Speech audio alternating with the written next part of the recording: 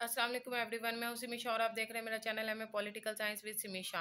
ये M A political science part 1 paper 2 Muslim political thoughts के मुफक्किरीन के इंट्रोडक्शन के हवाले से वीडियोस अपलोड की जा रही है। अल-मावर्दी, अल-फराबी, अल-गज़ाली, इब्न खल्दून, शाह वलीउल्लाह, इब्न खल्दून तक हो चुका है। शाह वलीउल्लाह का अब मैं आप लोगों के सामने बयान कर रही हूँ, ठीक है। शाह वलीउल्लाह के बारे में क्या लिखा हुआ है इस बुक में से देख लेते हैं पहले।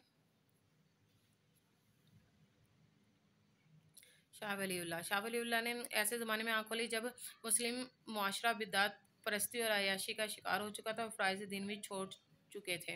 उन्होंने मुसलमानों को दीन और दुनिया के हवाले से भरपूर रहनुमाई फ़राहम की। वो एक मसलहा सियासी मुफक्किर और आलिम दीन थे। उनकी तालीमात ना सिर्फ उनके अपने ज़माने में मौसर थे बल्कि आपकी तालीमात का दायराकार आज भी पूरे असर के साथ मौजूद है। हालात ज़िंदगी आप 21 फरवरी 1703 में दिल्ली में पैदा हुए। आपका असल नाम कुतुबुद्दीन था।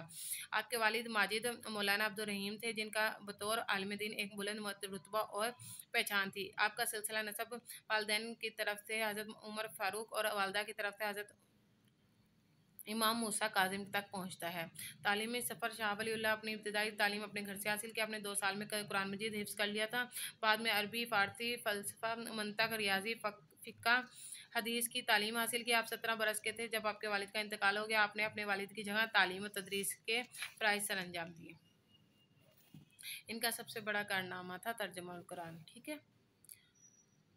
फ़ारसी में तर्जुमा क्या था? शाह वलीउल्लाह ने कुरान का फ़ारसी में तर्जुमा किया था, ठीक है। बस छोड़ दें इन सब चीज़ों को। खैर, इनकी अहम तसनीफ़ के नाम लिख लेते हैं। फ़तहुर रहमान फ़ी तर्जुमा कुरान, कुरान का फ़ारसी तर्जुमे का नाम है ये, ठीक है। शरह मोता इमाम मालिक, समाअत, हजतुल बलागा इंपॉर्टेंट बुक्स हैं। अल खैर रुल कसीर, सताअत, अल-फौज़ुल कबीर, अल कौलुल जमील। बस ये फ़ारसी की बुक्स हैं, इसलिए मैं इनके गलत नाम नहीं ले सकती, सॉरी।